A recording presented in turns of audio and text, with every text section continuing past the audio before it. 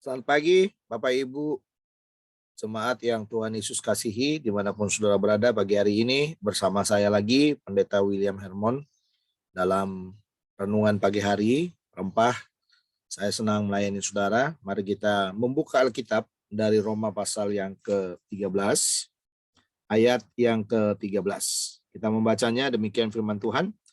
Marilah kita hidup dengan sopan seperti pada siang hari, jangan dalam pesta pora dan kemabukan, jangan dalam percabulan dan hawa nafsu, jangan dalam perselisihan dan iri hati.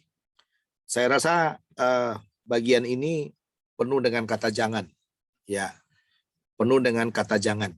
Jadi kalau digunakan kata jangan, berarti itu menekankan tindakan larangan, ya, larangan keras yang memang tidak boleh kita lakukan dalam hidup kita. Nah, dalam bahasa Yunani penekanannya memang lebih kuat, ya, lebih kuat, menekankan kata jangan itu menekankan sesuatu yang mutlak, ya, yang mutlak tidak bisa dilakukan. Dalam arti yang mutlak yang harus dihindari atau yang mutlak yang harus kita buang dari dalam hidup kita. Makanya Paulus menggunakan kata jangan dalam bagian ini. Nah, saudara, untuk memulai ya supaya kata jangan ini tidak muncul dalam hidup kita, memang dikatakan dalam ayat 13 itu, marilah kita hidup dengan sopan seperti pada siang hari. Nah, apakah malam hari nggak bisa sopan? Bisa juga, ya. Tetapi kalau digunakan kata seperti siang hari, berarti hidup kita itu disoroti oleh banyak orang. Hidup kita itu dilihat oleh banyak orang. Karena hidup kita itu dilihat oleh banyak orang, maka Paulus menekankan bahwa marilah kita hidup dengan sopan seperti pada siang hari. Ya, sesuatu pada siang hari tidak ada yang bisa disembunyikan. Ya, dalam arti semua orang bisa melihat secara transparan.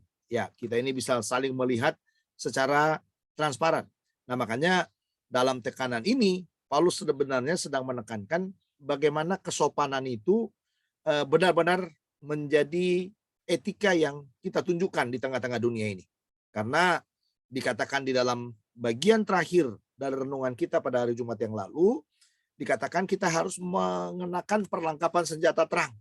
Nah, salah satu perlengkapan senjata terang itu adalah bagaimana kita hidup di dalam kesopanan.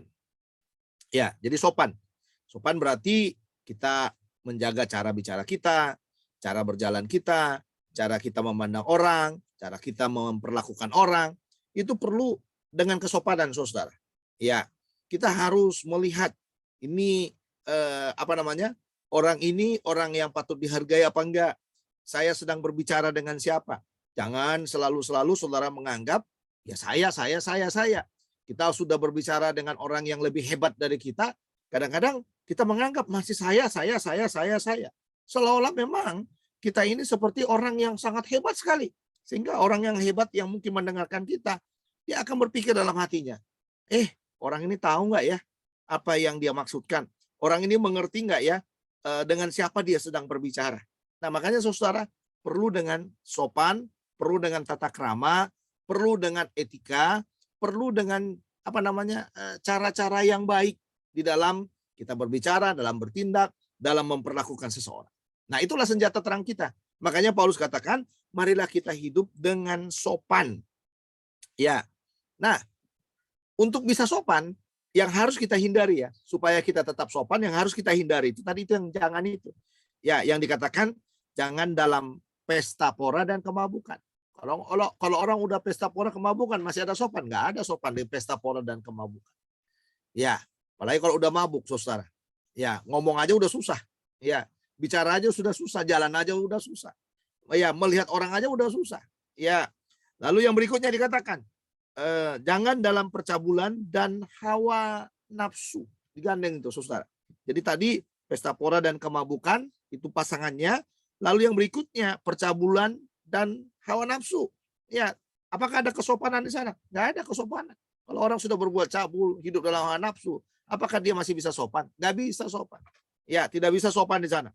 Lalu saudara, dikatakan lagi jangan dalam perselisihan dan iri hati.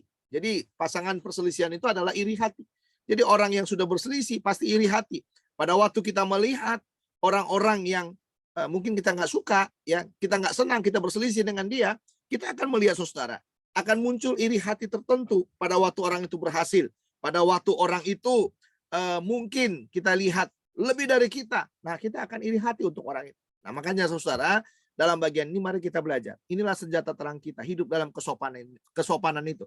Jadi kalau kita hidup dalam kesopanan, maka kita akan menghindari, ya kita akan menghindari 3 jangan tadi. Ya 3 jangan tadi yang sudah saya jelaskan kepada saudara. Jadi jangan dalam pesta pora, jangan dalam percabulan, dan jangan dalam perselisihan ya dengan pasangannya. Jadi 3 pasang ini saudara, 3 jangan yang berpasangan ini akan terhindar daripada kita kalau kita hidup di dalam kesopanan. Kalau kita menerapkan yang namanya hidup sopan satu dengan yang lain. Jadi tingkatkan saudara hidup sopan. Jadi kita akan bahagia dalam berjemaat, dalam bergereja, dalam berorganisasi, dalam bersekutu, ya, dalam kebersamaan kita sebagai tubuh Kristus, kita akan bahagia kalau orang hidup sopan.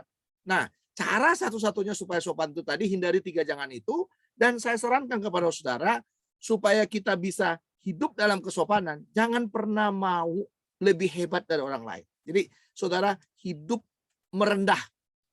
Ya, merendah, lebih bagus merendah. Ya, merendah dengan catatan Tuhan yang akan meninggikan saudara. Tuhan yang akan mengangkat saudara sehingga orang akan melihat sesuatu yang beda di dalam diri saudara. Jadi kalau cuma karena usaha saudara, cuma karena cerita saudara, cuma karena saudara mengatakan saudara hebat, itu saudara nanti tidak akan menjadi sopan kepada orang-orang di sekitar saudara. Tapi biarlah orang yang menilai kita. Nah, jadi saudara, kesimpulan dari renungan pagi hari ini, senjata terang kita adalah hidup dalam kesopanan. Hidup dalam kesopanan menghindarkan kita dari 3 jangan. Ya, dari 3 jangan yang berpasangan yang membahayakan kita.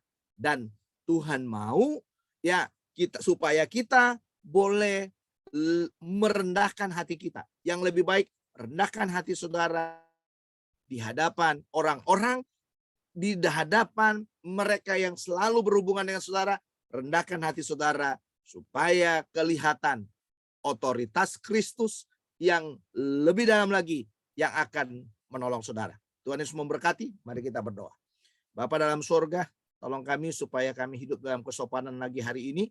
Cara bicara kami, cara kami memperlakukan orang, cara berjalan kami, semuanya biarlah dalam pimpinan dan penerangan Roh Kudus. Sehingga pada akhirnya orang bisa melihat Kristus ada di dalam diri kami. Dan tolonglah kami untuk kami terhindar dari 3 kata jangan tadi. Supaya kami benar-benar hidup di dalam terang Kristus. Kami berdoa supaya Engkau memberkati hari-hari kami hari ini, makan, minum, keluar, masuk kami, keperluan-keperluan kami. Biarlah Tuhan menyediakan bagi kami semuanya. Berkati hidup kami, berkati bangsa dan negara kami, berkati para pemerintah kami, berkati orang-orang yang berjuang untuk kehidupan kami juga. Berkati gereja-gereja kami dimanapun kami berada, supaya semuanya boleh bertumbuh ke arah Kristus yang mengasihi hidup kami. Terima kasih, terpujilah namamu, dalam nama Tuhan Yesus kami sudah berdoa. Amin. Sampai di sini renungan pagi hari, program Rempa. Saya undur dari hadapan saudara, ketemu lagi esok. Tuhan Yesus memberkati kita. Shalom.